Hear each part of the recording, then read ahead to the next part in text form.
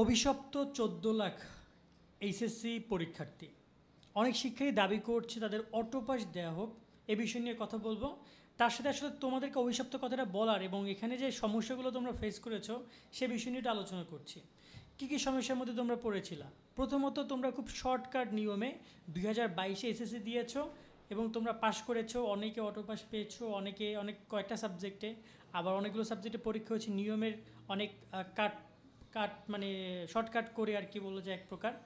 আর পাশ করা ব্যাচ তোমরা সেই এইচএসসি পরীক্ষার্থী। এখন যেখানে তোমাদেরকে পারফেক্ট সময় দেওয়ার কথা সেখানে তারা সময় দিয়েছে 24 মাসের বদলে 18 মাস। বলে রাখছি, 24 মাস মানে তুমি কিন্তু 18 মাস পেয়েছো, মানে 6 মাস কম পেয়েছিলে তোমরা। তার মধ্যে অনেক বড় সিলেবাস। কেন সিলেবাস শর্ট সিলেবাস দিয়েছিল, কিন্তু 18 মাস পরিপ্রেক্ষিতে সেই সিলেবাসটা অনেক কম ছিল। 18 মাসে 4টা পরীক্ষা। তোমার এখানে প্রথম তোমাদের যে প্রথম বর্ষে অর্ধবার্ষিক পরীক্ষা, বার্ষিক পরীক্ষা, দ্বিতীয় বর্ষে প্রি টেস্ট, টেস্ট, এছাড়াও আরও কলেজের অনেক পরীক্ষা নেয় অনেক কলেজ। তীব্র শীতের কারণে বন্ধ দিয়েছিল গত বছর, তোমরা জানো।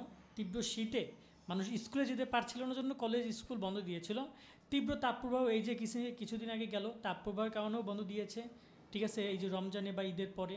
তারপরে আবার নির্বাচন রয়েছে, চলতি বছরে নির্বাচনে গেছে, জাতীয় নির্বাচন যেটা 5 বছরে একবার হয়। 2টা রমজান, তোমরা সেই শুরুর রমজান পেয়েছো, 2023-এর রমজান পেয়েছো, আবার 2024-এর রমজান পাচ্ছ।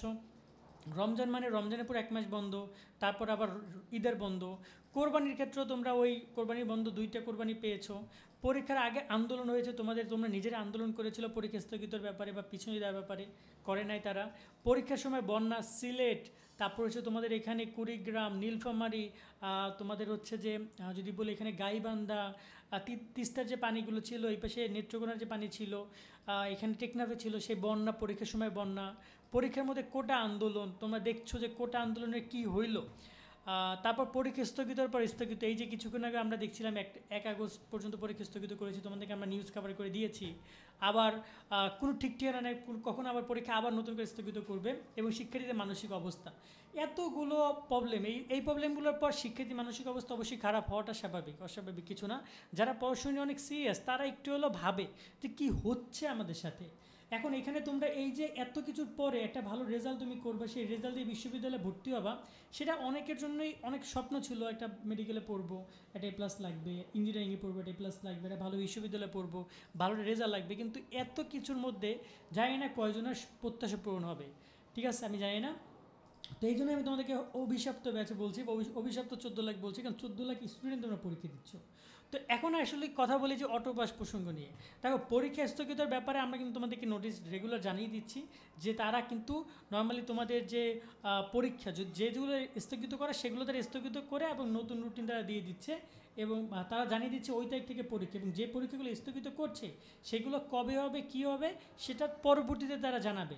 সো এই জায়গায় তোমাদেরকে পরীক্ষা স্থগিত ব্যাপার নিয়ে আপডেট জানতে হবে। অটোপাসে কোনো সুযোগ নেই। আমার একটা ছোটো ভাই মেসেজ করেছিল যে ভাইয়া দেখেন আমাকে মেসেজ করছে নাকি আমাদেরকে অটোপাস দিবে। এই ধরনের যারা কথা বলে এটা সম্পূর্ণ ভুয়া ভুকাস একটা ব্যাপার।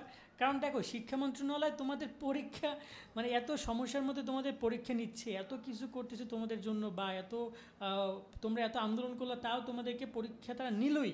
সেখানে অটোপাস বোঝো না তোমরা, এটা অনেকটা জমিদারি ভাব হয়ে গেল না। সো অটোপাস শব্দটা নিয়ে যারা কথা বলছে তাদেরকে বলতেছি এটা একটা ফালতু শব্দ। তোমাদেরকে অটোপাস দিবেন না, এটা কোনোভাবেই সম্ভব না। আর তোমাদের পরীক্ষা লাগলে আরও 1 মাস লাগলে পিছাবে। সেক্ষেত্রে তারা 1-1.5 মাস, যদি 2 মাস যদি পরীক্ষা না হয় তখন তারা সিদ্ধান্ত চেঞ্জ করতে পারে। কিন্তু এই পরিবেশে কোনোভাবেই অটোপাসের বিষয়টা সামনে আসবে না এবং অটোপাস দিবে না। ঠিক আছে, এই জিনিসটা মাথায় রেখো তোমরা। তবে একটা কথা তোমাদেরকে বলতে চাই যে তোমাদের রেজাল্ট অনেক খারাপ হইতে পারে, এই কারণে রেজাল্ট অনেক খারাপও হবে। তোমরা একটু এই দিকে মনোযোগ দিও, যেহেতু এটা একটা লাইফের গুরুত্বপূর্ণ এক্সাম। যে এক্সামের রেজাল্টটা তোমরা সামনে তোমাদের কাজে দিবে, তোমাদের বিশ্ববিদ্যালয় ভর্তি থেকে সব জায়গায়। সেই জায়গায় একটু নিজেদের প্রতি খেয়াল রাখো যেন রেজাল্টটা খারাপ হয় বা যাই হয় না যেন সেটা তোমার কন্ট্রোলে থাকে। ঠিক আছে, এটা ভালো রেজাল্ট নেওয়ার চেষ্টা করো।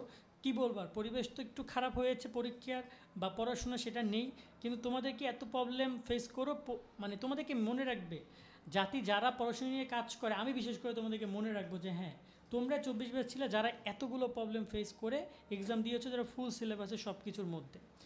আজকের মতো আমরা এখানেই বিদায় নিচ্ছি। তোমাদের অটোপাসের বিষয়টা আমি আবার বলতেছি, এটা গুজব, এটা নিয়ে মাথা ঘামাইও না, কেমন? ভালো থাকবে সকলে, আল্লাহ হাফেজ।